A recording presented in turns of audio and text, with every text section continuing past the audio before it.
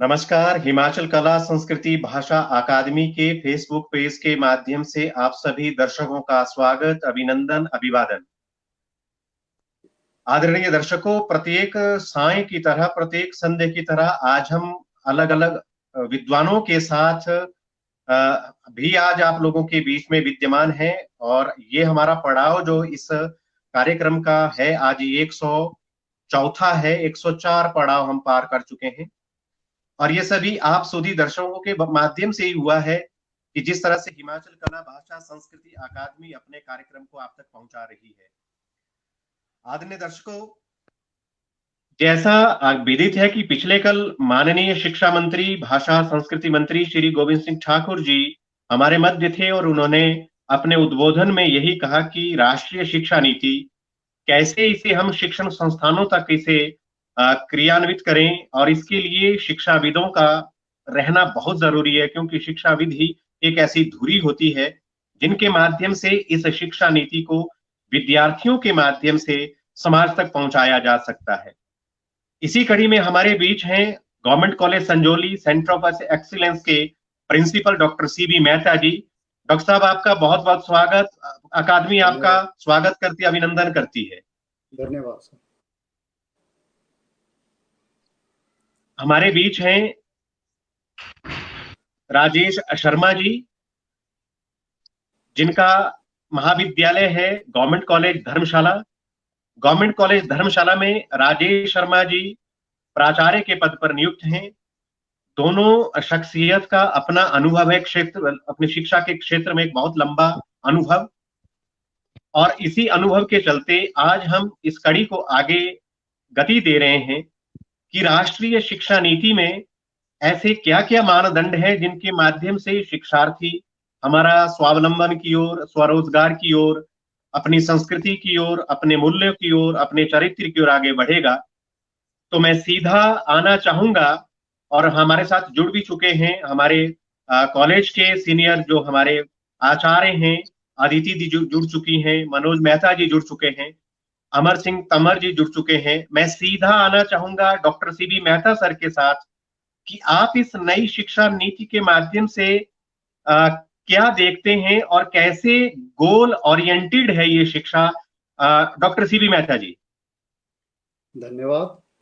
सबसे पहले मैं भाषा कला संस्कृति विभाग का बहुत बहुत आभारी हूँ जिन्होंने मुझे इस काबिल समझा कि भी मैं अपने विचार यहाँ रख सकूँ।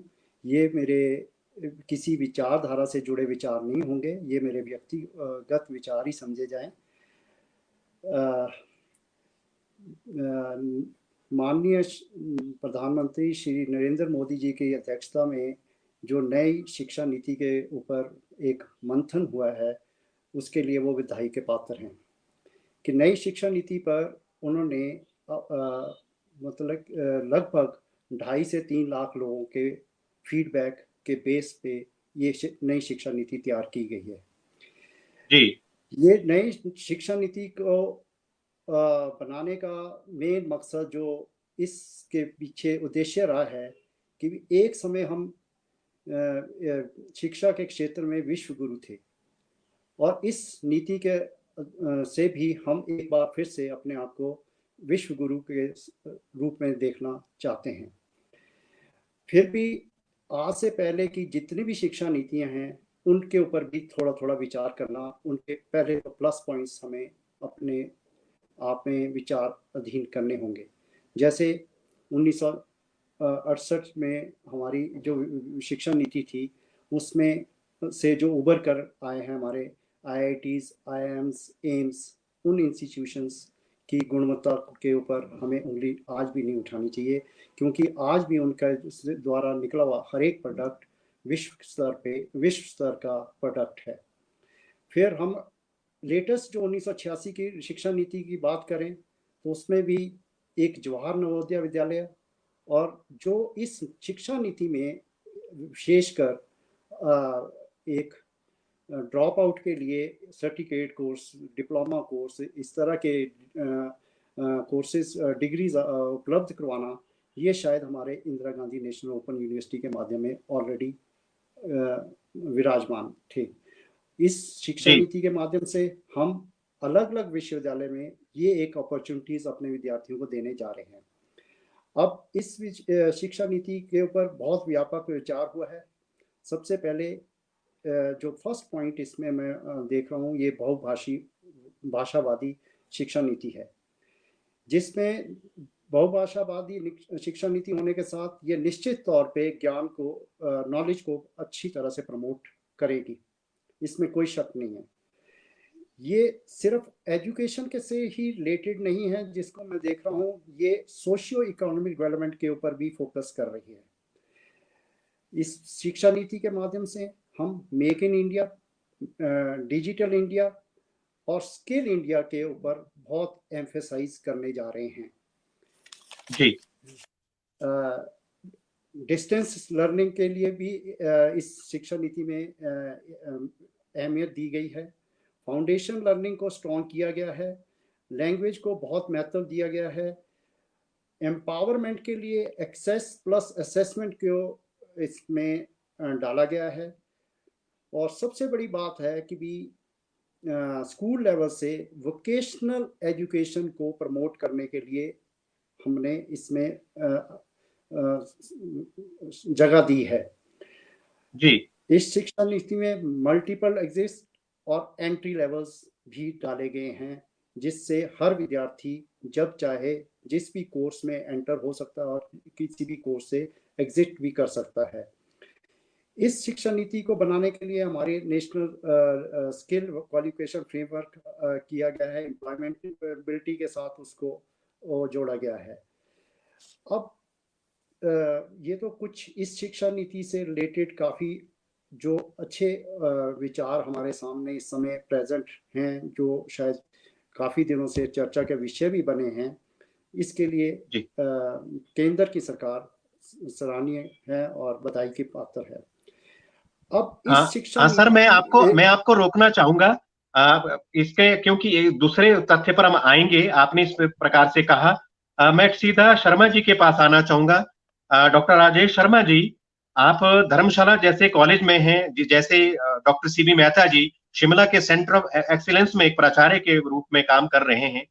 आप भाषिक दृष्टि से और सांस्कृतिक दृष्टि से इस शिक्षा नीति को कैसे देखते हैं, डॉक्टर राजेश शर्मा जी? नमस्कार, सभी का स्वागत और भाषा एवं संस्कृति अकेडमी का बहुत बहुत धन्यवाद कि इस समय मुझे इस कार्यक्रम में भाग लेने के लिए आपने आमंत्रित किया। जहाँ तक इस शिक्षा नीति की बात है, भाषा एक सशक्त माध्यम है अपने विषय को प्रस्तुत करने का। और कोई भी भाषा हो, किसी प्रकार की भी कोई भाषा हो, यदि हमें कोई विषय प्रस्तुत करना है तो भाषा सर्वोपरि है। और भाषा के बिना किसी भी विषय को जो है वो प्रस्तुत नहीं किया जा सकता। प्रारंभ से ही हमारे भारतवर्ष में जो है वो हमारे जो ग्रंथ लिखे जाते रहे हैं, उसमें विशेष करके संस्कृत भाषा का विशेष महत्व है। और यहाँ पर मैं ये अवश्य कहना चाहूंगा कि अगर जब भाषा की बात आती है तो संस्कृत केवल मात्र एक भाषा ही नहीं है, उस भाषा का आधार मान करके उसमें बहुत से विषयों का जो है उसका प्रस्तुतिकरण हमारे प्राचीन ग्रंथों में हुआ है, जिसमें हम दर्शन कह सकते हैं, हम योग कह सकते हैं, योग दर्शन उसमें आता है, हमारा व्याकरण आता है, हमारा साहित्य आता है, और इसके साथ साथ हमारे दूसरे अन्य विषय भी जो है वो भाषा में प्रस्तुत किए गए हैं। जहां तक इस नई शिक्षा नीति की बात है, उसमें विशेष महत्व दिया गया है और उसमें बताया गया है कि भाषाओं में जो है वो हमारी प्राचीन भाषाओं का भी अध्ययन किया जाएगा और उसके लिए जो है उसके ऊपर विशेष महत्व दिया जाएगा। तो भाषाओं में संस्कृत भाषा और तदनुसार हिंदी भाषा, इसमें जो है इसमें विशेष ध्यान देने की आवश्यकता थी। आज से पहले इस प्रकार का कोई विशेष महत्व जो है इस भाषा को नहीं दिया गया। हमारी जो पारंपरिक भाषाएं हमारी भारतवर्ष की रही हैं, चाहे उसमें प्राचीन भाषाओं में प्राकृत भाषा है, पाली भाषा है या दूसरी हमारी प्रादेशिक भाषाएं हैं, क्योंकि जब बालक होता है वो अपनी माँ की गोद में बैठ करके ही बड़ा होता है, उसके पश्चात वो विद्यालय जाता है। तो उसकी जो समझ है, जब वो विद्यालय में जाता है तो वो अपनी मातृभाषा को सबसे पहले अधिक सरलता से विषयों को ग्रहण करता है। मैंने देखा है कि जो हमारी नई शिक्षा नीति आ रही है उसमें विशेष महत्व दिया गया है कि जो हमारे ग्रंथ हैं, जो हमारी टेक्स्ट बुक्स हैं, वो उसका जो अध्ययन करवाया जाए तो उसमें विशेष रूप से इस विषय पर ध्यान दिया जाए कि वो ग्रंथ जो हैं, जो विषय पढ़ाए जाएं, उसमें मातृभाषा का ध्यान अवश्य रखा जाए, ताकि कोई भी विषय जो है वो ग्रहण करने में उसमें सरलता हो, सुबोधता हो, और विषय को ग्रहण करने में जो है वो छात्र अधिक से अधिक उसमें सुगमता को उसका अनुभव करे। तो भाषा का तो ये विशेष महत्व है। इसके भाषा के साथ साथ अगर हम संस्कृति की बात करें तो यदि हम आधुनिक काल में भी देखें, इस समय के काल में भी देखें, तो हमारी जो संस्कृति है, संस्कृति एक कोई ऐसा नहीं है कि हम कोई विशेष प्रकार के वस्त्र पहनते हैं उसको हम संस्कृति कहते हैं।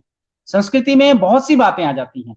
हमारा रहन सहन, हमारे वस्त्र तो हैं ही, हमारा खान पान, हमारा व्यवहार, हमारी दिनचर्या क्या है, हमारे विचार किस प्रकार के हैं। और आधुनिक काल में हमने देखा है कि अगर हमारी संस्कृति इतनी सुदृढ़ रही, हमारी भोजन व्यवस्था इतनी सुदृढ़ रही, हमारा डीएनए इतना सुदृढ़ रहा, तो कोरोना भी जो है वो भारतवर्ष में उसका विशेष प्रभाव नहीं डाल सका। इसमें धन और बड़े बड़े भवनों, इनका कोई इसमें ये गौण है, इनका कोई विशेष महत्व नहीं रह गया। तो हमारे संस्कारों के कारण जो है आज हम इस झंझावात में हम खड़े दिखाई देते हैं। प्रतीत होता है कि हमारी संस्कृति इतनी सुदृढ़ है, और इस संस्कृति को सुदृढ़ करने की बात जो है वो नई शिक्षा नीति में जो है वो बताई गई है कि इस संस्कृति को जो बाहर से आने वाले लोग हैं, प्राचीन काल में भी आते रहे हैं, आधुनिक काल में भी ऐसे विश्वविद्यालयों का सृजन किया जाएगा जिसमें हमारी संस्कृति का प्रदर्शन हो, संस्कृति के संस्कारों का प्रदर्शन हो, हमारे प्राचीन परंपराओं का प्रदर्शन हो। मैं कहना चाहूँ। बहुत बढ़िया। दोनों सीनियर जो हमारे शिक्षाविद हैं वो इस कार्यक्रम में हैं, और दोनों ही शिक्षाविद बड़े बड़े महाविद्यालयों को आज जो है वो चला रहे हैं, संचालित कर रहे हैं। डॉक्टर सीबी मेहता जी का एक लंबा अनुभव रहा है शिक्षा के क्षेत्र में, विशेष करके मैथमेटिक्स से होकर के ये आज तक यहाँ पहुंचे हैं। मैथ्स का क्षेत्र और गणित का क्षेत्र, क्योंकि सेंटर ऑफ एक्सीलेंस जहां डॉक्टर सीबी मेहता जी अपनी सेवाएं दे रहे हैं और बच्चों का मार्गदर्शन कर रहे हैं। मेहता सर, एक प्रश्न उठता है कि जो टीचर स्टूडेंट टॉट रेशो है, इसे आप किस ढंग से देखते हैं, क्योंकि ये सारी चीजें आपको देखनी पड़ती है, आप संस्था के मुख्य हैं, तो इस बारे में आप कुछ यदि प्रकाश डालेंगे तो बड़ी मेहरबानी रहेगी, दर्शक इससे समझ सके। डॉक्टर मेहता जी। ठाकुर साहब, अगर नई शिक्षा नीति में हमने टारगेट अचीव करने हैं, जिस तरह से हमने 225 का लक्ष्य रखा है, 2030 का लक्ष्य रखा है, 2035 का लक्ष्य रखा है, तो टीचर टॉट रेशो को हम इग्नोर नहीं कर सकते हैं। ये हमें स्टेज वाइज स्पेसिफाई करना होगा और इसके ऊपर हमें गंभीरता से सोचना होगा कि हमें इसे कैसे मेंटेन करना है, क्योंकि टीचर टॉट रेशो एक टीचर के लिए 150 बच्चों को संभालना और 40 बच्चों को संभालने में काफ़ी फ़र्क है। अगर सही इवेल्युएशन अगर किसी बच्चे की करनी है तो एक स्पेसिफिक क्लास स्ट्रेंथ ही टीचर को प्रोवाइड करनी चाहिए हमें। ये ठीक है कि आज के सिनारियो में हमारे पास जैसे एजुकेशन एक तरह से एजुकेशन फ्री के लिए फ्री एक्सेस है, उस वजह से हमारे पास 150 का भी सेक्शन है, 180 का भी है, 80 का भी है, 40 का भी है। पर अगर हमें शिक्षा में सही तरह की गुणवत्ता को देखना है तो टीचर टॉट रेशो पे हमें जरूर काम करना होगा। हमारे सामने जवाहर नवोदय विद्यालय है जहाँ पे लिमिटेड नंबर ऑफ स्टूडेंट्स की एडमिशन होती है, और मैं समझता हूँ शायद वहाँ पे 1:30 की रेशो अभी तक इम्प्लीमेंट किए जा रहे हैं। अगर हम सभी महाविद्यालय या विद्यालयों में ये टीचर टॉट रेशो को नहीं कर सकते तो हमें चुनिंदा विद्यालय महाविद्यालय इस तरह से चूज करने होंगे जहाँ कम से कम क्वालिटी एजुकेशन को इम्प्रूव करने के लिए टीचर टॉट रेशो के लिए हम वचनबद्ध रहे। एक बहुत बड़ा अच्छा प्रश्न जो है डॉक्टर मेहता जी ने इसका उत्तर दिया कि जो टीचर और जो स्टूडेंट टॉट रेशो है उसमें जिस तरह से हमारी बहुत सारी संख्या रहती है विद्यार्थियों की, 150 का रहता है। डॉक्टर शर्मा जी, मैं आपकी तरफ आता हूं। संस्कार की बात आती है, मूल्यों की बात आती है, चरित्र निर्माण की बात आती है, और इसका जो अधिष्ठान है वो हमारा परिवार होता है। ये जो शिक्षा नीति, राष्ट्रीय शिक्षा नीति है, जो माननीय प्रधानमंत्री जी का एक स्वप्न है कि हमें अपने जो हमारा जो स्टेक होल्डर है, जो वो कैसे इसे आगे ले जाएं, और साथ में जो शिक्षाविद हैं वो इस शिक्षित समाज को या शिक्षित समाज को कैसे संबल या आधार दें, एक ऐसी फाउंडेशन तैयार करें जिससे हम करियर ओरिएंटेड हो। इस बारे में आपका क्या मानना है जी?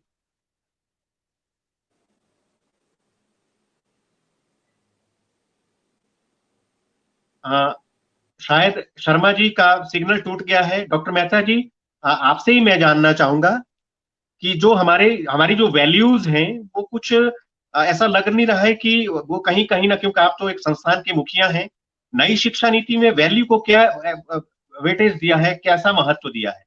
मेहता देखिए, सर। जैसा मैंने शुरू में कहा कि भी सबसे पहले नई शिक्षा नीति पे भाषा पे बहुत जोर दिया गया है, और राजेश जी ने बहुत अच्छे तरीके से भाषा के बारे में स्पेसिफाई किया है। अगर हम गुरुकुल की बात करें तो वहाँ पे जिस भाषा में जो बच्चों की मदर टंग थी, उसी भाषा में उनको शिक्षा दी जाती थी। और उस भाषा में जब हम बच्चे को हम पढ़ाते हैं तो वैल्यू एजुकेशन के बारे में अगर उसको बताते हैं तो डेफिनेटली वो वैल्यू एजुकेशन की ओर उसका झुकाव जरूरी है। किसी की ग्रोथ के लिए उसकी मातृभाषा में शिक्षा प्रदान करना बहुत ही जरूरी है। सबसे पहले बहुत खूब। जब वो अपनी मातृभाषा में परफेक्ट हो जाए तभी उसको दूसरी भाषा की ओर ले जाना चाहिए। इस दिशा में हमें ये आइडेंटिफाई करना होगा कि क्या बच्चा अपनी मातृभाषा में पूर्ण रूप से सशक्त हो चुका है कि नहीं। जबरदस्ती जो हम एक इम्पोज्ड एजुकेशन है उससे हमें बचना होगा। जी। अभी उसको अपनी मातृभाषा पे का पूरा ज्ञान हुआ नहीं है और उससे दूसरी भाषा सीखने को उसको फोर्स किया जाए। और जैसे इसमें 3 भाषाओं के लिए जोर दिया गया है, ठीक है, बहुत अच्छी बात है, मगर 3 भाषाएं बच्चों को डिफरेंट स्टेजेस में ही इम्प्लीमेंट हो। ये ऐसा ना हो कि भी शुरू में ही बच्चे के ऊपर बोझ डाल दिया जाए। किसी भी बहुत सुंदर। क्योंकि जब भी डॉक्टर कोई मेहता बच्चा जी कह रहे हैं कि जब तक हम अपनी करने के मातृभाषा में अपने विचारों को नहीं प्रकट करेंगे और बच्चों तक मातृभाषा के माध्यम से उन्हें आइडेंटिफाई नहीं करेंगे, तब तक गुणवत्ता आना बहुत मुश्किल है, चरित्र निर्माण को मोर स्पष्ट ओवर करना हम बहुत मुश्किल है। बच्चे क्योंकि की मेहता वैल्यूज। सर जो है वो एक ऐसे शिक्षण संस्थान को चला रहे हैं हिमाचल प्रदेश में, जहां मेरिट बेस्ड जो है और हमारी लिमिटेड सीट्स हैं इस महाविद्यालय में, और विशेष करके जो साइकोलॉजी है विद्यार्थियों की, उसे समझना, वो एक शिक्षा के जो मुखिया हैं और जो संस्थान के जो मुखिया हैं वो मेहता जी भली प्रकार से जानते हैं। सर, आपने ये भी कई बार देखा है कि जब आप अपने संस्थान में होते हैं तो ऐसी चीजें, कभी स्थितियां आती हैं, उन्हें टैकल करना बहुत मुश्किल होता है। और एक सबसे बड़ी बात है कि जो प्रॉपर जो मेंटोर है उसका होना बहुत जरूरी है, जो आपने कहा। तो ये जो नई जो आपका जो एक हमारी जो विमर्श चला है और जो हमारी राष्ट्रीय शिक्षा नीति है, इसमें जो जो वैल्यूज हैं, और विशेष करके जो आपने जवाहर नवोदय विद्यालय का उदाहरण दिया कि वहां का बच्चा जब पास आउट होता है तो वो एकदम से ऐसा लगता है उसमें एक कॉन्फिडेंस लेवल होता है। इग्नो का आप उदाहरण देते, इग्नो का जो हमारा पाठ्यक्रम है, चाहे वो आप सोशल साइंसेस का हो या साइंसेस का हो, क्योंकि आपका बैकग्राउंड साइंस का रहा है, तो आप वहां भी देखते हैं, आप हमें भी कहते हैं कि जो पाठ्यक्रम इग्नो का, वो अपने आप में जब विद्यार्थी वहां से पास आउट होता तो वो एक उसके पास कुछ होता है। ये जो हमारा ये नया विचार जो अभी चल रहा है, क्योंकि शिक्षा नीति तो पहले से भी बनी, ये जो अभी जो शिक्षा नीति जिसको आप अब संचालित करेंगे एक मुखिया के रूप में, आपको सर क्या लगता है कि जो आपकी टीम है, उस टीम को क्या काम करना चाहिए बच्चों के साथ, क्योंकि आप संस्था के मुखिया हैं, क्योंकि जिम्मेवारी आप पर ज्यादा है, क्योंकि आपके पास जवाबदेही है, क्योंकि सरकार के साथ सीधे आप जुड़े हैं और आप मुखिया हैं, तो आपको आपका मैसेज संदेश विशेष करके अपनी टीम को क्या रहेगा? मैं टीम से पहले एक बात कहना चाहूँगा इंद्र जी। जो हमारा एक टारगेट हम एक लेकर चल रहे हैं। एक तो वो टारगेट कुछ ज़रूरत से ज़्यादा हाई ना हो जाए, सबसे पहले तो हमें ये देखना है, क्योंकि इस समय अगर हम डेवलप्ड कंट्रीज से देखें तो हम स्किल्ड, हमारे पास 5% लोग ही स्किल्ड हैं।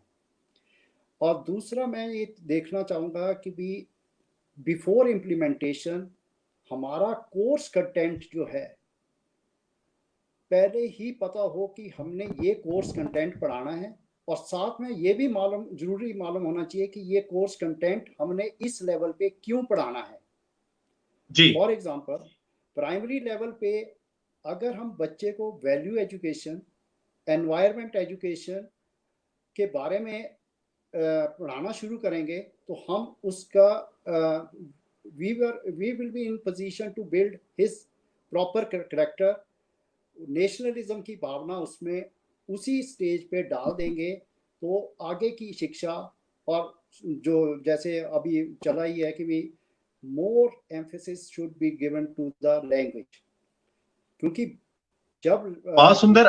डॉक्टर मेहता जी, मैं आपको थोड़ा रोकना चाहूंगा। डॉक्टर शर्मा जी जुड़ चुके हैं हमारे साथ। मेहता सर, मैं आपको थोड़ा सा रोकना चाहूंगा। शर्मा जी जुड़ चुके हैं।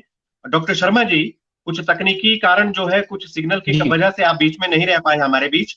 मैं आपके पास सीधा आना चाहता हूं कि जिस तरह से आप एक संस्था को चला रहे हैं, हिमाचल प्रदेश का एक बहुत बड़ा कॉलेज जो है वो धर्मशाला कॉलेज है।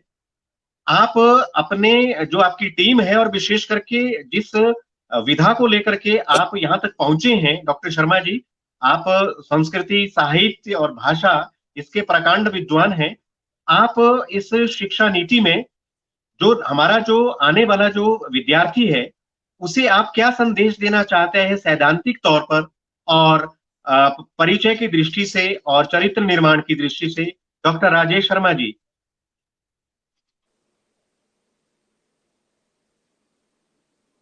डॉक्टर राजेश शर्मा जी सुन पा रहे हैं?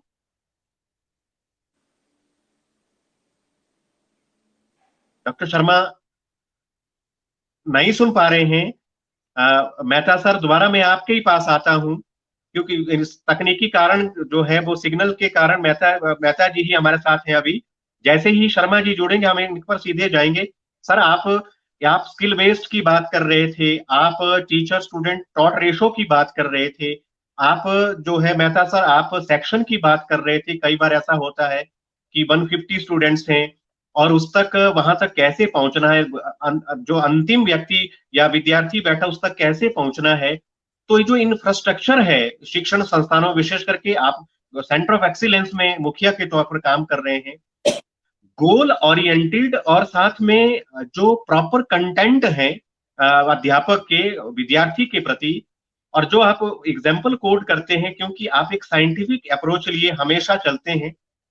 आपको क्या लगता है कि जो विद्यार्थी हमारे पास है, क्या उसे कल्चर के क्षेत्र में या गेम्स के क्षेत्र में, को करिकुलर एक्टिविटीज के क्षेत्र में उसे किस रूप में आना चाहिए, और इस शिक्षा नीति में क्या ये चीजें हैं? Doctor Mehta sir. जैसा इसमें ऐसा है, जो हर एक एक्टिविटी स्कूल लेवल पे हर तरह की, चाहे वो फिजिकल एक्टिविटी हो, जैसे अभी राजेश जी कह रहे थे योग को महत्व दिया जाना चाहिए।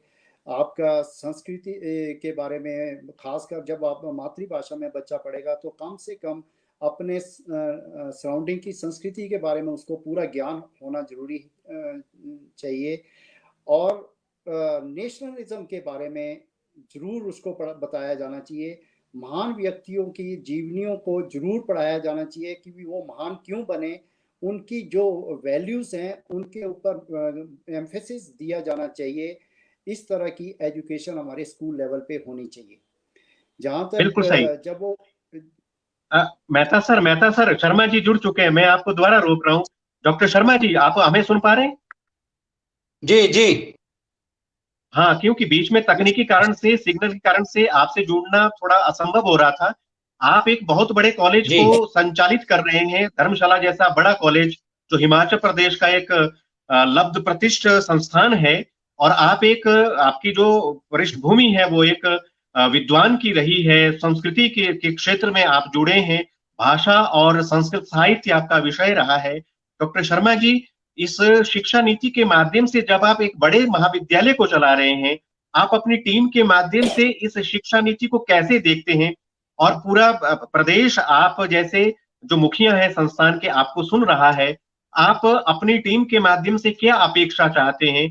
कैसे हम डायरेक्ट जो है अपने विद्यार्थी तक पहुंचे इस शिक्षा नीति के माध्यम से सैद्धांतिक तौर पर और चारित्रिक निर्माण के हिसाब से आप इसे कैसे देखते हैं? आपका पाथेय क्या रहेगा डॉक्टर शर्मा जी? देखिए, ये जो शिक्षा नीति बनाई गई है, जब इसको कोई भी व्यक्ति जो है जब इसको पढ़ेगा तो साधारणतया उसको ये ज्ञान हो जाएगा कि इस शिक्षा नीति को बनाते समय इसमें बहुत परिश्रम किया गया, बहुत मेहनत की गई और इस शिक्षा नीति को जो है एक आधार पे लगाने में, यद्यपि मैं ऐसा मानता हूं कि थोड़ा समय अवश्य लगेगा, लेकिन जब एक बार ये अपना स्थान ग्रहण करेगी तो हमारा जो एक छात्र वर्ग है जो कि आगे अध्ययन को प्राप्त करना चाहता है, मुझे ऐसा विश्वास है कि हम एक विश्व पटल पर जो है वो एक बार फिर से दिखाई देंगे, जो कि हमारी प्राचीन परंपरा रही है।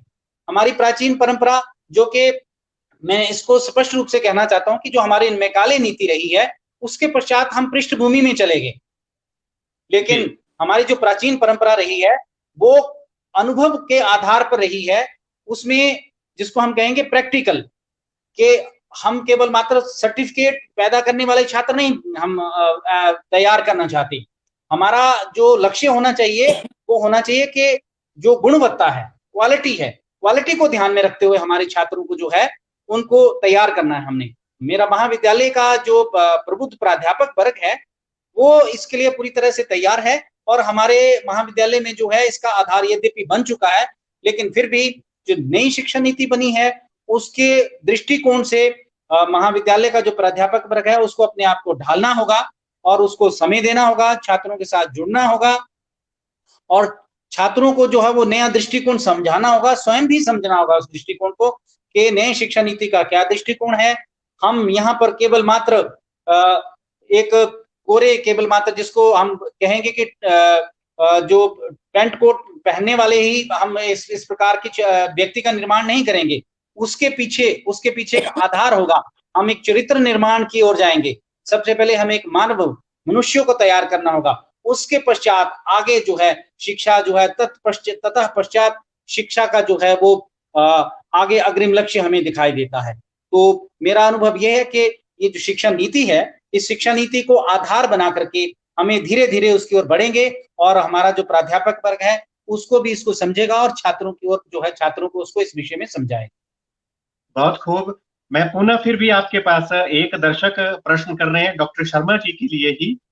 प्रश्न है कि आप इस शिक्षा नीति के साथ खेल, संस्कृति और विशेष करके जो योग्यता, सक्रियता है, जो पढ़ाने का कौशल है, ये इस शिक्षा नीति में बहुत अच्छे ढंग से इसे व्याख्यायित किया है और साथ में यह भी है कि शिक्षक जो है अधिकतम 20 बच्चों से अधिक ना पढ़ाएं।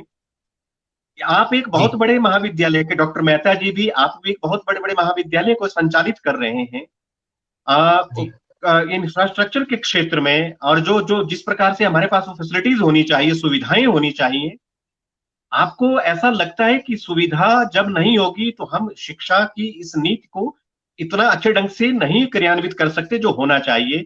तो क्योंकि सभी कॉलेजेस, महाविद्यालय जो है वो जिला स्तर के नहीं है, शहर में नहीं है, गांव में है। गांव का विद्यार्थी हमारा स्थानीय है, क्योंकि माननीय प्रधानमंत्री जी भी, डॉक्टर शर्मा जी कहते हैं कि हमने स्थानीयता से आगे विश्व तक जाना है, मतलब कि लोकल से ग्लोबल तक जाना है। आप एक शिक्षाविद हैं, आप एक संस्कृति के प्रकांड विद्वान हैं, आप इस स्थानीयता को शहर और गांव के इस सेतु को कैसे जोड़ना चाहेंगे? आपका क्या आशीष रहेगा हम सभी के लिए, विद्यार्थियों के लिए, डॉक्टर शर्मा जी?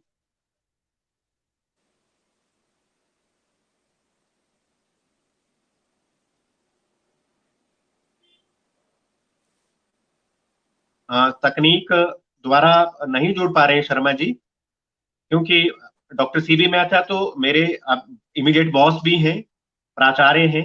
आज दिन में भी हम यही चर्चा कर रहे थे। मैंने कहा सर ये हम कैसे करें क्योंकि ये जो शिक्षा नीति है, जब तक इसे विमर्श की दृष्टि से, डिस्कशन से हम ऐसे आगे नहीं लाएंगे, आप जैसे ही लोग जो हमें जो जिस्ट देंगे, जो हमें पॉइंट्स देंगे, उसी के आधार पर हम उसका अध्ययन करेंगे, उसका स्टडी करेंगे।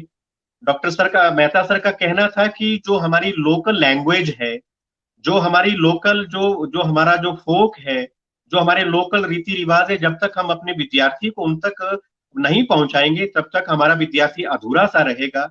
एक बहुत बड़ा, एक अच्छा जो है प्रश्न उठाया था डॉक्टर मेहता जी ने। और क्योंकि हमारे विद्यार्थी भी सुन रहे हैं मेहता सर, कि जब तक हमारा विद्यार्थी अपने लोकल जगह से जुड़ा नहीं होगा, तब तक हम लोकल से ग्लोबल नहीं हो सकते हैं। आपकी साइंटिफिक अप्रोच की दृष्टि से, जैसे क्योंकि आपके महाविद्यालय में तो प्रदेश के भिन्न हिस्सों से विद्यार्थी आते हैं, आप उन विद्यार्थियों में आने वाला कल का भविष्य देखते हैं सर। और विशेष करके जो हमारी शिक्षा नीति अब जो आ रही है, और जिसे हिमाचल प्रदेश ने इसको जो है सरकार द्वारा इसकी नोटिफिकेशन नोटिफाई भी कर दिया है। आप आने वाले बच्चे में स्थानीयता को के लिए आप हमें क्या संदेश देना चाहते हैं एक मुखिया के रूप में? मैं इतना ही कहूँगा कि भी कोई भी नई चीज़ जब हम अडॉप्ट करते हैं तो उसके हर पहलू पर गंभीर विचार होने जरूरी हैं। इसमें कोई दो राय नहीं है कि इस शिक्षा नीति पे काफ़ी विचार हुआ है। फिर भी अब तक हम जीडीपी का 6% अचीव नहीं कर पाए हैं। कहीं ऐसा ना हो आकांक्षा और आवश्यकता के अनुरूप हम इस शिक्षा नीति में भी पिछड़ जाएं। सबसे पहले हमें आकांक्षा और आवश्यकता के अनुरूप अपने शिक्षण संस्थानों को बहुत स्ट्रॉन्ग करना होगा, जिसके लिए हमारी जीडीपी का जो टारगेट है, जिसे आज तक जितनी भी हमारी पॉलिसीज रही हैं, 6% जीडीपी को हम शिक्षा के क्षेत्र में अभी तक कभी भी अचीव नहीं कर पाए हैं। तो सबसे पहले एम्फेसाइज 6% जीडीपी को अचीव करना ही हमारा टारगेट होना चाहिए, ताकि हम सबसे पहले अपने शिक्षण संस्थानों को आकांक्षा और आवश्यकता के अनुरूप सुदृढ़ करें। उसके बाद जो शिक्षा हमें अपने बच्चों को प्रदान करनी है, तभी हम उसको उसमें गुणवत्ता की बात कर सकते हैं। जैसा इसमें टीचर ट्रेनिंग का है, जैसे पुराने समय में भी हर एक टीचर की एक वैल्यू होती थी, हर एक टीचर को अपनी वैल्यू के बारे में खुद ही जिम्मेवार होना पड़ेगा। और हमें भारत के भविष्य को ध्यान में रखते हुए एक जिम्मेवार नागरिक की तरह अपने कर्तव्य को पूरे सिंसियरिटी के साथ पूरा करना पड़ेगा। हम बहुत सुंदर।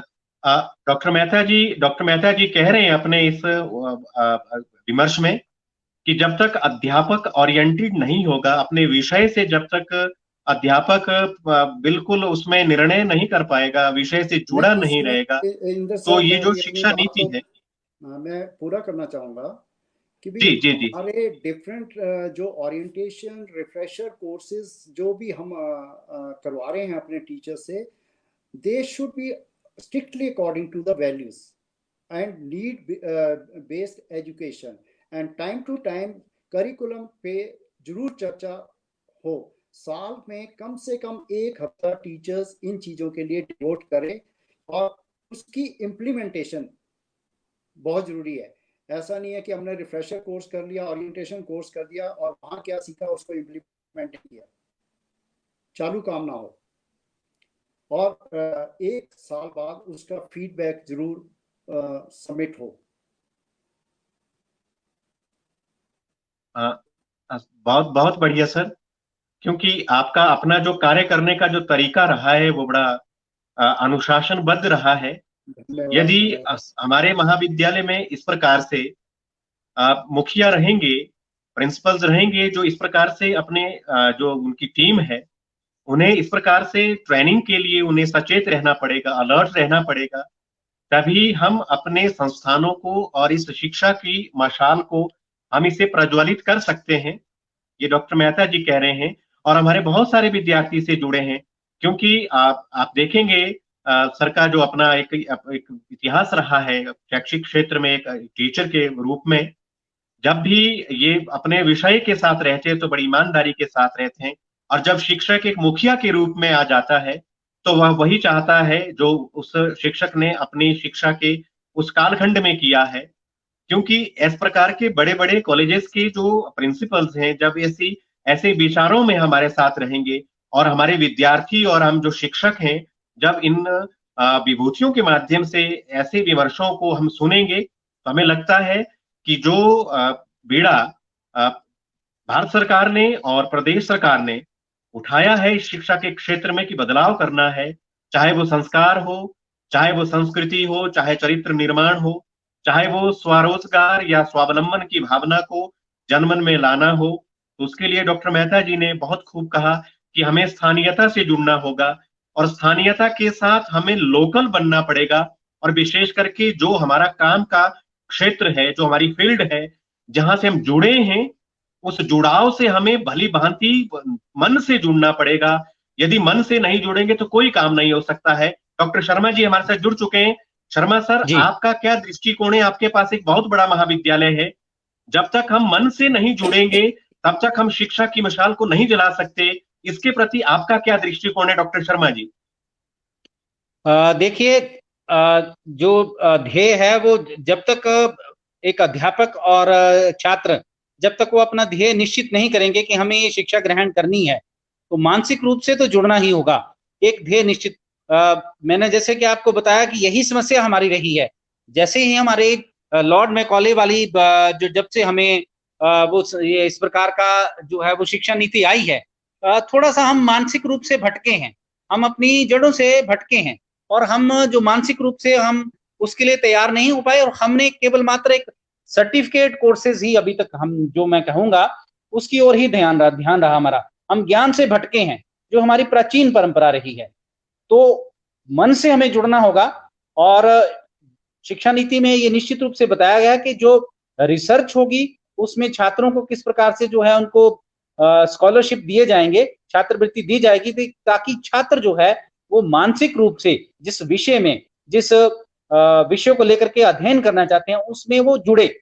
और हमने प्राचीन परंपराएं देखी, हम अपने ग्रंथ देखते हैं। यद्यपि जैसे कि आपने पहले भी कहा, एक शिक्षण, इसकी बात की आपने, एक शिक्षण संस्थान की बात की कि हमारे पास स्थान भी बहुत कम है, हमारे पास कक्षाएं जो हैं वो उसके लिए, जो छात्रों के लिए जो है हम उतनी हमारी कक्षाएं बड़ी नहीं हैं, भवन छोटे हैं। लेकिन प्राचीन समय की अगर हम बात करें तो ये बातें सारी गौण थी, भवनों के विषय की कोई बात नहीं होती थी। तात्कालिक उस समय जितने भी विद्वान रहे हैं उनका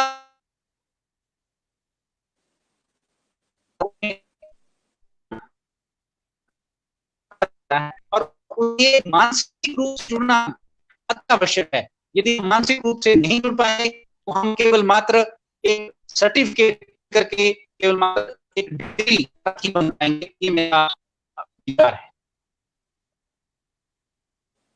जी, और इसके बारे में डॉक्टर शर्मा जी, क्योंकि आपका तो संस्कृति और परंपरा के क्षेत्र का एक विशद आपका ज्ञान का भंडार है, क्योंकि जो प्राचीनतम जो हमारी शिक्षा पद्धति थी उसमें गुरु शिष्य परंपरा थी।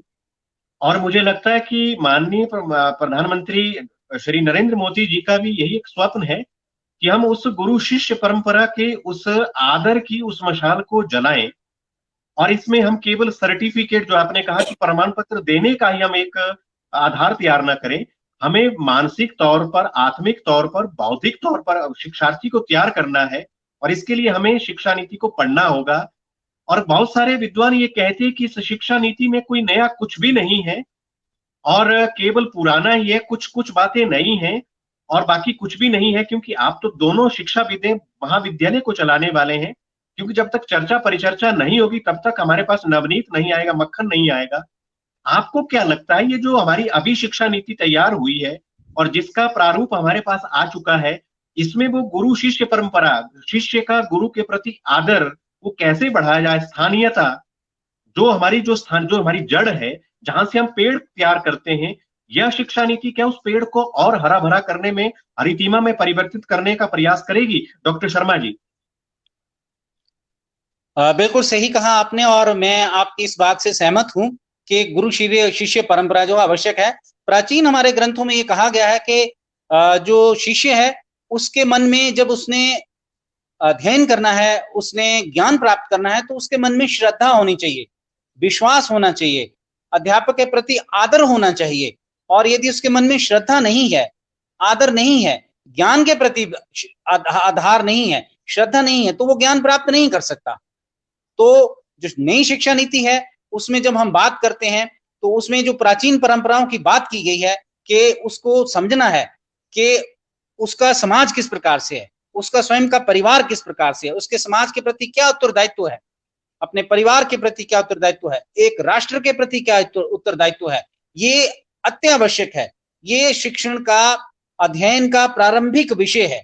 यदि वो इस विषय को नहीं समझ पाएगा तो एक इस प्रकार से प्रमाण पत्र लेकर के वो एक अच्छा नागरिक नहीं बन पाएगा, ये मेरा विश्वास है। इसलिए गुरु शिष्य परंपरा में जो है वो जिस प्रकार से गुरु है वो जब शिष्य ज्ञान का आदान जिस प्रकार से करता है, उस छात्र को सिखाता है, उसी प्रकार से जो छात्र है उस छात्र को अपने गुरु के प्रति श्रद्धा रखनी पड़ेगी, ज्ञान के प्रति श्रद्धा रखनी पड़ेगी, उसके प्रति आत्मसम्मान रखना पड़ेगा। तभी जो ज्ञान है उसको वो ग्रहण कर पाएगा और एक अच्छा नागरिक बन पाएगा, एक अच्छे समाज का निर्माण कर पाएगा और फलतः परिणाम स्वरूप एक अच्छे राष्ट्र का निर्माण कर पाएगा और एक अच्छे विश्व में अपने भारतवर्ष को जो है वो उसको चमका पाएगा, उसका स्थान प्रदान कर पाएगा, ये मेरा विश्वास है। डॉक्टर शर्मा जी, हमारे एक विद्यार्थी प्रश्न कर रहे हैं कि भाषिक दृष्टि से हमें बहुत सारी समस्या आती है। डॉक्टर शर्मा जी, आपके लिए प्रश्न है कि जब हम साइंस के जो सब्जेक्ट्स हैं उसमें बहुत सारी तकनीकी शब्दावलियां होती है, टेक्निकल वर्ड्स होते हैं। जब यदि हमने अपनी स्थानीय भाषा या हिंदी या संस्कृत में हमने विज्ञान की उस टर्म को देखना है तो वहां थोड़ी समस्या आएगी। आप एक भाषाविद हैं तो इसके लिए हमें बहुत सारी समस्याओं का सामना करना पड़ेगा। तो जब तक स्थानीयता और साथ में स्थानीयता से हम इस वैश्विक वातावरण को जोड़ेंगे नहीं, भाषिक दृष्टि से आप विज्ञान के विषय को कैसे पढ़ाएंगे? आप एक भाषाविद हैं, आप हमारे बच्चों को ये मार्गदर्शन करें कि इसे कैसे हम पार करें। डॉक्टर शर्मा जी, देखिए एक मूल एक इसमें अवधारणा है कि कोई भी भाषा जो है वो आसान नहीं होती और तद अनुसार कोई भी भाषा जो वो कठिन नहीं है। हमें हमारी मातृभाषा जिसको हम बचपन में शैशवावस्था में सीखते हैं वो भाषा हमें आसान लगती है। मेरे लिए जर्मन भाषा और चीनी भाषा उतनी ही मुश्किल है जितनी चीन और जर्मन वालों के लिए हो सकता है हिंदी और संस्कृत मुश्किल हो। तो यहाँ पर कहने का अभिप्राय ये है कि हम किसी भी भाषा को जब हम पढ़ते हैं तो वो भाषा अगर उसको सीखते हैं, उसको पढ़ेंगे तो एक अभ्यास की बात है। जब हम अभ्यास किसी भाषा का करते हैं तो उस भाषा को हम सीखते हैं। ऐसा कोई किसी भी, अगर विज्ञान की बात करेंगे तो विज्ञान भी जो है वो आसानी से सीखी जा सकती है। हमारे जो प्राचीन ग्रंथ हैं उसमें भी इस प्रकार से पारिभाषिक शब्द हैं, लेकिन अगर हम उन पारिभाषिक शब्दों का निरंतर रूप से अध्ययन ना करें तो फिर वो हमें कठिन लगते हैं। लेकिन इसी प्रकार से जब हम निरंतर रूप से, इसमें मेरा कहने का अभिप्राय है हमें मानसिक परिवर्तन करना पड़ेगा कि जो हमारी पारंपरिक जो भाषाएं हैं, हमारी जो स्थानीय भाषाएं हैं वो हमारे लिए सरल हैं। आप एक बात जो है, जो वो छात्र हमें पूछ रहा है, क्या ये जो अंग्रेजी भाषा में जो विषय पढ़ाया जाता है, शब्द पढ़ाया जाता है, क्या वो हमारी मातृभाषा है? क्या उस छात्र ने, क्या उसने अपनी माँ की गोद में बैठ करके वो भाषा पढ़ी है? नहीं पढ़ी है। अगर वो उस भाषा का ग्रहण कर सकता है, उस भाषा से विषय का ग्रहण कर सकता है, उस भाषा से विषय को सीख सकता है, तो हमारी जो मातृभाषाएं हैं, हिंदी है, संस्कृत है, अन्य दूसरी भाषाएं हैं, हमारी प्रादेशिक भाषाएं, उससे तो ग्रहण करना उसके लिए आसान होगा। बाहर की भाषाओं से अगर हम ऐसा समझते हैं कि हम उसको अधिक आसानी से ग्रहण कर सकते हैं, तो मेरा विषय, मेरा विमर्श है, मेरा विचार ये है कि हम हमारी जो भाषाएं हैं, हमारी जो मातृभाषाएं हैं, हमारी जो प्रादेशिक भाषाएं, हमारी जो राष्ट्र की भाषाएं हैं, मुझे ऐसा अनुभव है कि हमें उस विषय को ग्रहण करने में अधिक आसानी होगी। ऐसा मेरा विचार। बहुत बढ़िया doctor Sharma ji. Doctor Mehta sir, थोड़ा सा जोड़ना आप अपने संस्थान में वोकेशनल कोर्सेज चला रहे हैं, करियर ओरिएंटेड कोर्सेज चला रहे हैं, वी वॉक है हमारे पास, बीबीए बीसीए है। इस प्रकार से जो करियर ओरिएंटेड जो कोर्सेज हैं, डॉक्टर रविंद्र चौहान जी भी जुड़े, उन्होंने प्रश्न किया है कि जो हमारा कॉलेज का जो वातावरण है, एटमॉस्फेयर है, उसमें कहीं ना कहीं जो हमारा जो जो जो हमारे संस्कार रिचुअल्स है, जो हमारी कल्चर है, जो हमारी सोसाइटी है, उसमें कहीं ना कहीं हमें लगता है कि हमें जुड़े रहना चाहिए, तभी हम ये वोकेशनल कोर्सेज अच्छे ढंग से कर सकते हैं, हम अपनी बात को, अपने प्रोडक्ट को अच्छा आगे तक ले जा सकते हैं। सर, आप 1.5-2 सालों से ऐसे कोर्सेज यहाँ चला रहे हैं, आपको अपने विद्यार्थियों में वहां क्या लगा, और ये नई शिक्षा नीति में आपको ये कोर्सेज कैसे दिखते हैं? उनमें क्या सच में विद्यार्थियों का मार्गदर्शन होगा, विद्यार्थी स्वरोजगार में जाएगा, करियर ओरिएंटेड होगा, क्या वो एम्प्लॉयड, सेल्फ एम्प्लॉयड होगा? डॉक्टर मेहता सर, आप कैसे देखते हैं? सबसे पहले तो जो कैरियर ओरिएंटेड कोर्सेज या वोकेशनल कोर्सेज की हम बात करते हैं, ये टोटली रीजनल बेस्ड होने चाहिए। उस रीजन की रिक्वायरमेंट्स क्या हैं? अगर मैं कहूँ, मैं एक सेब प्रबल जगह से बिलोंग करता हूँ, वहाँ के बच्चों को एक छोटा सा कोर्स प्रूनिंग को लेकर ही कराया जाए, ग्रेडिंग के बारे में बताया जाए, तो मेरे ख्याल में उसके लिए जॉब अपॉर्चुनिटीज उसके अपने घर में काफ़ी एम्प्लॉयबिलिटी के साधन काफ़ी बढ़ेंगे। अगर जी एक गांव के बच्चे को रिटेल एंड मैनेजमेंट, जो आजकल हम कोर्सेज करा रहे हैं, उसको कहा जाए रिटेल एंड मैनेजमेंट में, और वहाँ पे कोई स्टोर ना हो, वो कोई बड़ा स्टोर ना हो, तो वो वहाँ उस कोर्स का उसके लिए दैट इज़ यूजलेस। पहले तो हमें ये आइडेंटिफाई करना पड़ेगा कि भी उस एरिया की बेसिक रिक्वायरमेंट और कहाँ पे एम्प्लॉयबिलिटी के स्कोप्स हैं, उसके अकॉर्डिंगली ही हमारे को वोकेशनल और वोकेशनल कोर्सेज इंट्रोड्यूस करने चाहिए, मेरा मानना ये है। बहुत बढ़िया। डॉक्टर शर्मा जी, आप धर्मशाला जैसे क्षेत्र में जुड़े हैं, हिमाचल पर्यटन का हब है, और पर्यटक दूर दूर से हिमाचल प्रदेश, हिमाचल की सुंदरता को निहारने देखने आते हैं। नई शिक्षा नीति में टूरिज्म, और विशेष करके टूरिज्म के साथ जो वहां का क्षेत्रीय, जो वहां का रीति रिवाज है, और जो वहां के जो कल्चर की जो एक खुशबू है, और जो एक सौरभ है, आप इस शिक्षा नीति में टूरिज्म को कैसे देखते हैं, डॉक्टर शर्मा जी?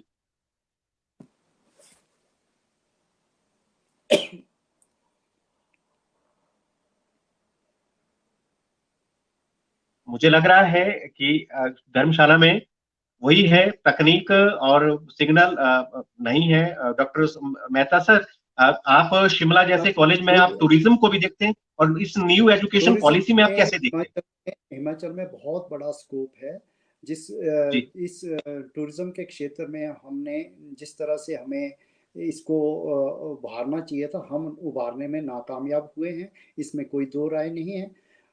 टूरिज्म के क्षेत्र में जिस तरह का कंटेंट हमें नए सिरे से तैयार करना होगा, और अपनी जितनी भी हमारे पास अप्रोचेस हैं,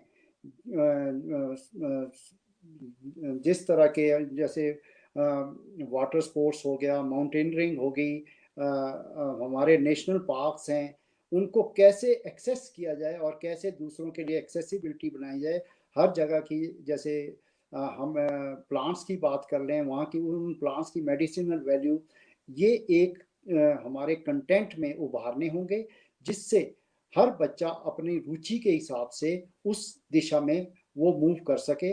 और जहाँ तक टूरिज्म की संभावनाएं हिमाचल प्रदेश के संदर्भ में मैं कहूँ तो अपार हैं, और इस क्षेत्र में काफ़ी कुछ करने के लिए अभी हमारे पास करने की ज़रूरत है।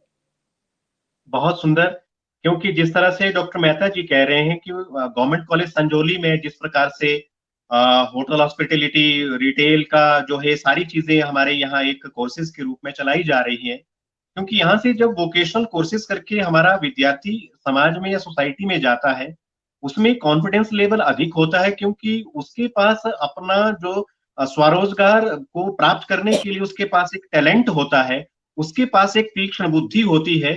जो जिस प्रकार से हमारा जो डिग्री कोर्सेज है, उसमें कहीं ना कहीं जब हमारा स्टूडेंट डिग्री करके कॉलेज कैंपस से बाहर निकलता है या यूनिवर्सिटी कैंपस से बाहर निकलता है, तो उसे कहीं ना कहीं अपने आप को अनईज फील होता है, अपने आप वो अनसेफ पाता है, असुरक्षित पाता है। तो मुझे लगता है जो शिक्षा नीति आज जिसका क्रियान्वयन जो है वो हिमाचल प्रदेश में हो रहा है विमर्श के माध्यम से, ऐसे शिक्षाविदों के माध्यम से, इन्हीं के मार्गदर्शन पर जो हम आगे चलेंगे और जो हमारा शिक्षार्थी है, जो कल का भविष्य है समाज का, वही भविष्य एक सशक्त समाज का निर्माण कर सकता है। प्रिय दर्शकों, जब समाज सशक्त होगा, जब विद्यार्थी अपने आप में विश्वस्त होगा, उसमें एक प्रेरणा होगी, उसमें एक दायित्व निष्ठा की भावना होगी, तभी वह समाज के साथ एक अच्छा नागरिक बन सकता है। और वही नागरिक एक शिक्षक के रूप में और एक प्रशासक के रूप में, एक संस्थान के मुखिया के रूप में और एक अपने प्रोडक्ट को, जैसा डॉक्टर मेहता जी ने कहा कि हमें अपने प्रोडक्ट को बेचने की स्किल होनी चाहिए, चाहे प्रोडक्ट कोई भी हो, जब तक स्किल नहीं होगी, जब तक उसमें वो गुणवत्ता नहीं होगी अपने उस प्रोडक्ट उत्पादन को दिखाने की, तब तक हम कुछ नहीं कर सकते हैं। डॉक्टर मेहता जी, अंतिम प्रश्न है आपसे। बहुत सारे विद्यार्थी हमारे जो फर्स्ट ईयर वाले हैं वो जुड़े हैं और वो कह रहे हैं कि सर, यदि ये जो करियर ओरिएंटेड है, जो कोर्सेज हम पढ़ रहे हैं, क्या इसमें हमारा भविष्य ठीक नहीं है? क्योंकि चर्चा चल रही है कि एजुकेशन पॉलिसी ये वो करेगी, ये वो कर रही है। जो बच्चे हमारे फर्स्ट ईयर में है वो जुड़े हैं कि सर से ये पूछें कि जो विषय हमने चुने हैं, क्या उसमें हमारा करियर जो है, क्या वो अनसेफ है? एक मुखिया के रूप में आप उनको क्या कहना चाहते हैं, डॉक्टर मेहता सर? नहीं, किसी भी विषय को चुनने से किसी का कैरियर अनसेफ नहीं हो सकता। पहली बात तो हर बच्चे को अपनी काबिलियत पे कॉन्फिडेंस होना जरूरी है। अगर बच्चों ने कोई विषय चुना है तो उसको अपना गोल सामने जरूर रखना होगा, क्योंकि वो अब कॉलेज की शिक्षा ग्रहण कर रहा है, वो इतना मेच्योर है कि भी अब जो आगे वो शिक्षा ग्रहण करने जा रहा है, that should be specifically with the aim what he wants to achieve in his life. ऐसा उसको अभी से विजुअलाइज करना चाहिए और उसको अपना कॉन्फिडेंस लेवल कभी लो नहीं होने देना चाहिए। किसी भी परिस्थिति में वो अपने आप को इस तरह से ना असहाय महसूस ना करे कि भी उसे लगे कि भी मैं जो कुछ पढ़ रहा हूँ वो मेरे किसी काम का नहीं है। शिक्षा हमने भी ग्रहण की है और ऐसा नहीं है कि शिक्षा हमें वेस्ट जाती है। आप कोई भी विषय आप उठा के पढ़ लें, वो आपको कहीं ना कहीं जरूर हेल्प करता है। ऐसा बिल्कुल ना सोचें कि भी आपका जो भी आपने विषय चुने हैं वो कैरियर ओरिएंटेड नहीं है। ये सब आपके हाथ में है, आप उसको कैरियर ओरिएंटेड खुद बना सकते हैं। बहुत सुंदर सर। डॉक्टर शर्मा जी, आप जुड़ चुके हैं हमारे बीच। आपको एक प्रश्न है, विद्यार्थी का है कि जिस प्रकार के विषय हम लोगों ने चयनित किया है और जो हमारी शिक्षा नीति आज एक अलग पाथे की ओर अग्रसर हो रही है, आप नए विद्यार्थी को क्या कहना चाहेंगे डॉक्टर शर्मा जी? मेरा भी यही विचार है कि किसी भी विषय को जब आप पढ़ते हैं उसको आप तन मन धन से पढ़िए और अपना उसमें सर्वस्व देखिए। ज्ञान जो है वो अनंत है, ज्ञान का कोई अंत नहीं है और वो जिस विषय को पढ़ना चाहता है उसका वो ज्ञान प्राप्त करे और ज्ञान प्राप्त करके वो आगे बढ़े। आसमान बहुत खुला है और जितना आगे बढ़ेगा उतना ही ज्ञान प्राप्त करता जाएगा। हमारे ग्रंथों में कहा गया कि सत्यम ज्ञानम अनंतम ब्रह्म, तो अनंत है, अंत नहीं है। उसको उस विषय में रुचि होनी चाहिए, अपने अध्यापक के प्रति श्रद्धा होनी चाहिए, उसका ध्येय होना चाहिए, उसका लक्ष्य होना चाहिए और उसको अवश्य उसका परिणाम मिलेगा और उसमें निश्चित रूप से जो है वो विजयी होगा। बहुत सुंदर। हमारे कॉलेज का एक विद्यार्थी है सचिन कुमार, वो कहते हैं कि अंतिम वर्ष पूर्ण कर चुके छात्रों के लिए कोई संदेश। सचिन जी, हम कहना चाहते हैं, मेरे दोनों जो अतिथि हमारे बीच हैं, जो एक बहुत बड़े बड़े कॉलेज को संचालित कर रहे हैं, सचिन हमारे गवर्नमेंट कॉलेज संजौली का विद्यार्थी है। सचिन, हम यही कहना चाहते हैं और अपने दोनों प्राचार्यों के माध्यम से मैं कहना चाहता हूं कि खुद को कर बुलंद इतना कि हर तकदीर बनाने से पहले खुदा खुद बंदे से पूछे, बता तेरी रजा क्या है। कि परिश्रमी व्यक्ति से भगवान भी पूछने पर बाध्य हो जाता कि तुम्हें क्या चाहिए। यही चीज, यही कैनन, यही निकष, यही मानदंड, यही पैमाना इन दोनों प्राचार्यों ने हमारे समक्ष रखा है कि यदि आपके पास जुनून होगा, यदि आपके पास पढ़ाई का एक इस प्रकार से जो आत्मसात करने का एक नशा होगा, नशा वो दूसरे वाला नहीं। इस प्रश्न पे आऊंगा मैं। डॉक्टर मेहता सर, ये जो हमारा युवा है, हम शिक्षा नीति बना रहे हैं और हमारा एक बहुत बड़ा युवा जो वो नशे की ओर जा रहा है, एक संस्था के मुखिया होने के नाते आपका क्या मैसेज है सभी युवाओं के लिए? उसके बाद में शर्मा जी की तरफ आता हूं। डॉक्टर मेहता जी। सबसे पहले तो मैं उन सभी युवाओं से यही दरख्वास्त करूंगा कि भी वो इन चीज़ों से दूर रखें अपने आप को। ये नशा जो है एक जीवन को, अच्छे हरे भरे जीवन को बिल्कुल नष्ट कर देता है। अपने वो विद्यार्थी अपना ही जीवन नष्ट नहीं कर रहा है, अपने परिवार को भी साथ में बर्बाद कर रहा है। तो मेरी तो सबसे अहम विनती हर एक युवा वर्ग से यही रहेगी, जितना हो सके इस बुरी आदत से अपने आप को दूर रखें। और समय पर अगर आप कुछ चीज़ लाइफ में अचीव करना चाहते हैं तो इस चीज़ से आपको अपने आप को दूर रखना पड़ेगा। आपको हमेशा अपना कॉन्फिडेंस हाई रखना पड़ेगा, कभी भी अपने कॉन्फिडेंस को लो नहीं होने देना कि भी मुझे इन चीज़ों के सेवन करने से शायद मैं बहुत बड़ा हीरो बन जाऊंगा या ऐसा अचीव कर लूँगा, ये पॉसिबल नहीं है। तो मैं इतना ही कहूँगा कि भी इन चीज़ों से जितना हो सके तो अपने आप को दूर रखें। डॉक्टर शर्मा सर, बहुत सारे शिक्षार्थी हमारे जुड़े हैं कॉलेजेस से। आपका मैसेज, आपका संदेश, आपका आशीष उनके लिए और शिक्षा के प्रति उनकी निष्ठा के लिए कि आपने कैसे कटिबद्ध होकर के, निष्ठावान होकर के अपने शिक्षालय में, अपने महाविद्यालय में, संस्थान में रहना है। आपका संदेश, आपका आशीष हमारे युवा विद्यार्थियों के लिए। संस्कृत में एक श्लोक है, विद्या ददाति विनयम दिन्यात याति पात्रताम पात्रत्वात् धनम आपनोति धनात् धर्मः ततः सुखम। एक बड़ा साधारण सा श्लोक है और विद्यालयों हम जब विद्यालय में पढ़ा करते थे तो उनकी दीवारों पे ही हमें पढ़ने को मिलता था। बड़ा साधारण सा श्लोक है, लेकिन इसका उद्देश्य जो है वो बहुत अनंत है, बहुत स्पष्ट उसका उद्देश्य है कि विद्या ददाति विनयम। अगर हम विद्या को ग्रहण करते हैं, हमने विनम्रता आती है, उससे विनम्रता से हमें पात्रता आती है। पात्रत्वात् धनम आपनोति, जो पात्र है वो धन को प्राप्त करता है। धनात् धर्मः, और धन से हमें धर्म, हमारे कर्तव्य के हैं उसको हमें पालन करना है। ततः सुखम, उससे हमारा जीवन, हमारा समाज, हमारा परिवार, हमारा राष्ट्र सुखी होगा। और यही हमारा ध्येय है कि हम जो है वो इस विषय को ध्यान में रख करके हम ज्ञान प्राप्त करें, हमें पात्रता होगी, पात्रता से स्वयं हम अपने जीवन यापन को कर सकेंगे। उससे हमारे समाज के प्रति, परिवार के प्रति, राष्ट्र के प्रति जो हमारे कर्तव्य हैं, हमारी जो सोच है वो सीधी होगी, सिद्ध होगी और हम एक अच्छे राष्ट्र का निर्माण कर सकेंगे। यही मेरा हमारे छात्रों से विनम्र मेरा उनसे आग्रह है कि वो आगे बढ़ें, मेहनत करें, अपने समाज को आगे ले जाएं, अपने परिवार को आगे ले जाएं और एक ऐसे राष्ट्र का निर्माण करें जो राष्ट्र जो है वो, जैसे कि हम पहले कहा करते थे कि हम अग्रज हैं, हमने संपूर्ण समाज को, संपूर्ण विश्व को हमने रास्ता दिखाया है। मुझे ऐसा विश्वास है कि इस नई शिक्षा नीति से हम इस विषय को जो है इस प्रकार का जो हमारा लक्ष्य है उसको हम अवश्य ग्रहण करेंगे। जी, बहुत अच्छा। दोनों विद्वानों ने, दोनों प्राचार्यों ने जो बड़े बड़े कॉलेजेस को जो है वो इस प्रकार से संचालित कर रहे हैं और उन कॉलेजेस के माध्यम से युवाओं का मार्ग प्रशस्त कर रहे हैं। हम जैसे शिक्षकों के लिए एक नए पाथ्य का निर्माण कर रहे हैं।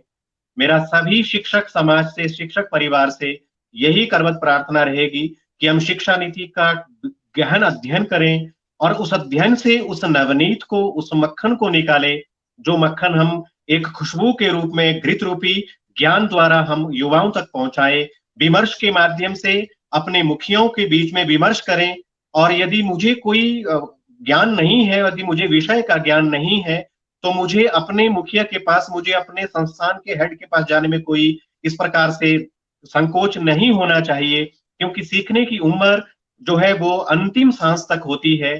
तभी ये शिक्षा नीति असतो मा सद्गमय तमसो मा ज्योतिर्गमय संगच्छध्वं संवदध्वं संभो मनासि जानताम, इस पाथेय को प्रशस्त करेगी और तभी भारत जो है एक अलग अलग जगाते हुए विश्व को एक अलग पाथेय देगा।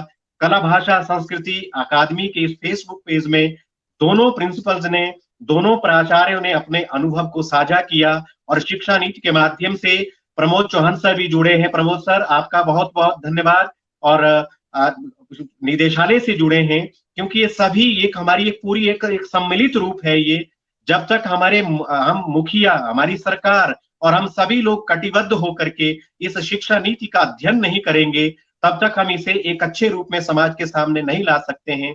विमर्श करें, अध्ययन करें, अध्ययन के माध्यम से ही हम इस शिक्षा नीति से नवनीत प्राप्त कर सकते हैं, एक सौरभ, एक खुशबू प्राप्त कर सकते हैं, और वही खुशबू जो है समाज में बिखरेगी, ये मेरा मानना है।